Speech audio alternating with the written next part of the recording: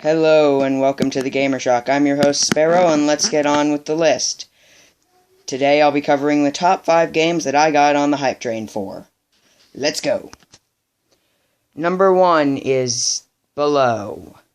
Below is what appears to be a roguelike RPG set on a large island, well, more like underneath a large island. Essentially, what it looks like from the trailers is that your hero washes up on this island during a storm. You go up a bunch of rocky stairs and pathways till you find this big mountain with a large hole in it. You go in the hole, and then from there, it's a randomly generated roguelike dungeon where you have basically everything can kill you in about one shot, and your health, which is very low, as I've just mentioned, is monitored by your blood, by blood that is dripping off of you in horrible, horrible, gory ways, I'm assuming. Anyhow, I've been on the hype train for only a couple of days now since I saw the trailer with its beautiful chamber music and amazing graphics. So, yeah, number 5 is Below. On to the next. Number 4 that I got on the hype train for is Destiny. Now, almost everyone back at the end of 2014 got on the hype train for Destiny upon seeing the beta, which was one of the best things I've ever played. Now that we know that the actual game isn't that amazing and was actually very disappointing, especially the lack of extra areas on Earth, like I heard there was originally supposed to be old Chicago or old New York, which would have been amazing. Anyhow, I got on the hype train after playing the beta, and it slowly ran out of fuel till release, when the train fell off a bridge, crashed into a river, was attacked by an Apache helicopter, and burned. Don't like the game anymore. Didn't know if you could tell. On to the next. Bloodborne comes in at number 3. Oh, Bloodborne. Turned out to be a really good game. I'm glad I was hyped for it. Bloodborne is a Souls-like, Dark Souls-esque game where instead of using your shield to block everything, you must carefully time dodges to fight epic bosses. It's set in Yharnam, what appears to be an Old English town city more, where the cure to a mysterious disease that your custom-made character has is hidden within blood, which is something to do with blood transfusions managed by the Ministry of Blood or something of that nature. Play the game, it's cool, I don't have it, but I know it's awesome because I've seen people play. It's whatever, done. Okay, on to the next. This is a really short list.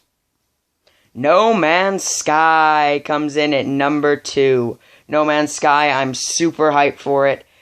I got on the hype train when it was first announced, and Hello Games has been slowly feeding that train with its sweet, sweet trailer coal, hoping to tide us over till this E3, which I hope will most definitely they'll announce No Man's Sky is coming out this fall or something, hopefully.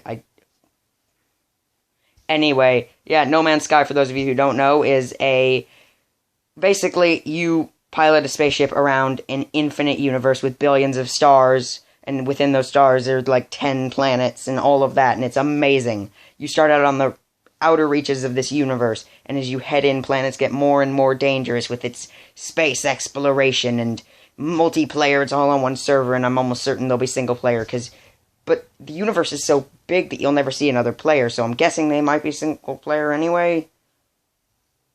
Maybe? Hopefully? Hello Games, come on, get on that. Get on that, Hello Games. Not everyone has good internet. Or, PS4.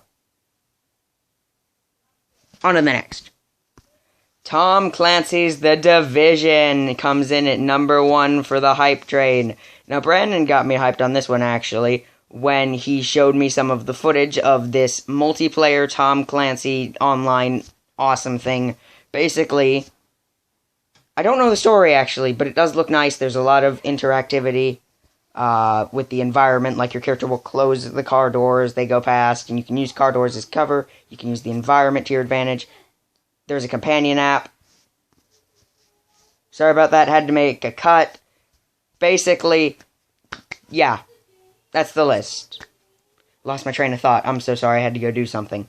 Anyhow, that's top 5 games I've jumped on the hype train for. Some of them still on the hype train for. Some of them I wish I had never got on the hype train.